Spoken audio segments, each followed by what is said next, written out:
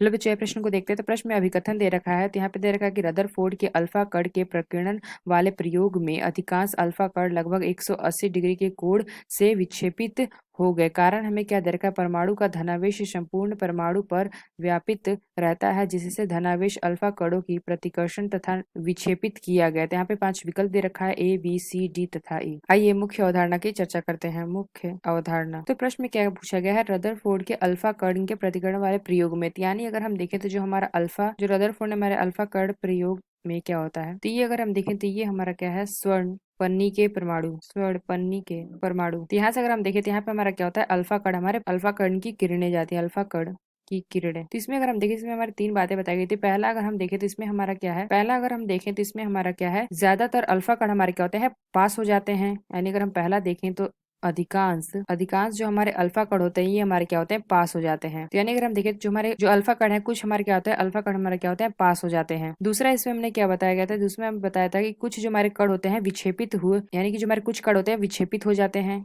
कुछ कण विक्षेपित हो जाते हैं, अल्प विक्षेपित हो जाते हैं, विक्षेपित। यानी हमने क्या बताया? कुछ कण हमारे क्या होते हैं? अल्प विक्षेपित हो जाते हैं। जैसे अगर हम देखें तो ये हमारे क्या होते हैं? यहाँ से अगर हम जाके और ये हमारे क्या होते हैं?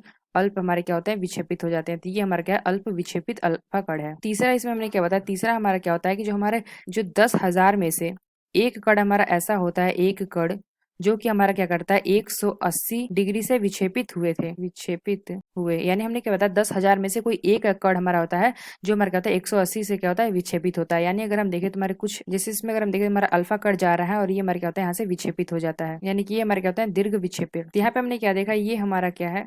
यानी ये हम अगर हम देखें तो ये हमारा क्या है? अल्फा विक्षेपित अल्फा कण है। और ये अगर हम देखें तो ये हमारा क्या है?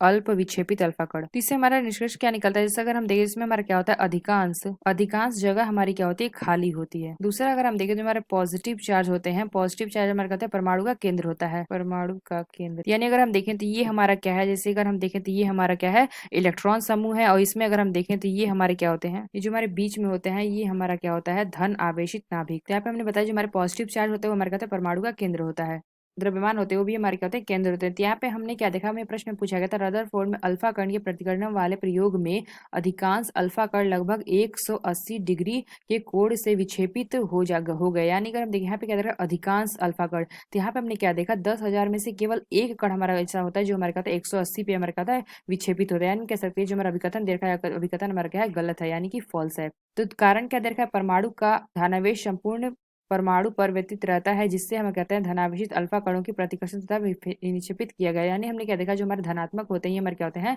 धन आवेशित नाभिकीय होते हैं। यानी हम कह सकते हैं कि ये जो हमारा कारण दे रखा है, कारण भी हमारा क्या है? गलत है, यानी कि फॉल्स है। यानी हमने क्या बताया? जो हमारे पॉजिटिव चार्ज वाले होते हैं वो हमारे परमाणु का केंद्र होते हैं। तो हमने क्या देखा? जो हमारा अभिकथन दे रखा है और कारण दे रखा है दोनों हमारे क्या है? गलत है। तो आइए अपना विकल्प देखते हैं कौन सा विकल्प सही है। तो अगर हम देखें तो जो हमारा डी विकल्प, तो आइए अपना विकल्प देखते हैं कौन सा विकल्प सही है। तो यानी अगर हम देखें जो हमारा ई विकल्प दे रखा है, ए और आर दोनों असत्य है, यह विकल्प हमारा सही होगा। तो आशा करते हैं आपको समझ में आया होगा। धन्यवाद।